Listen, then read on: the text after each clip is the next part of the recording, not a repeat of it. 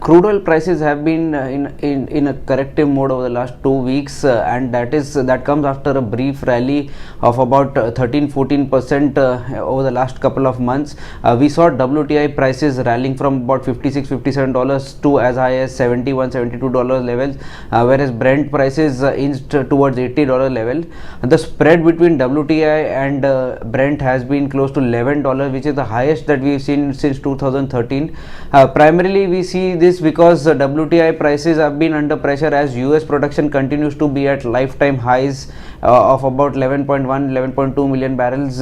whereas OPEC production continues to decline, not very sharply though, but have been under pressure because of the production cuts they have taken to stabilize prices. So in a way, both these factors are not complementing each other, and the spread between the two has widened. We expect the spread to narrow gradually, and probably this $11 spread would not hold on, and there will be some arbitrage play coming into it.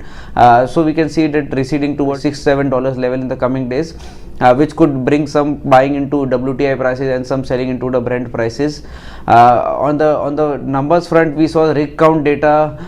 increasing over the last couple of months very sharply, but over the last 2 weeks we have seen just 2 rigs being added, and that in a way shows that market is now getting or absorbing much of the positive news, and will take a pause as prices have risen too sharply, and WTI prices have not been able to catch up in a similar fashion as Brent.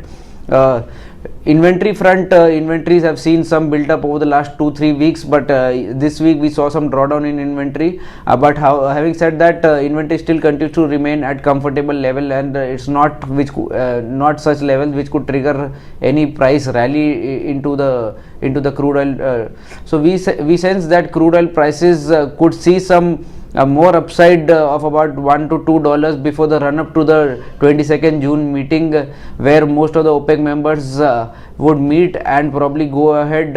and give a green signal as to what kind of production cut they want to maintain and how they want to take it further. The major consensus of the meeting shows that there could be some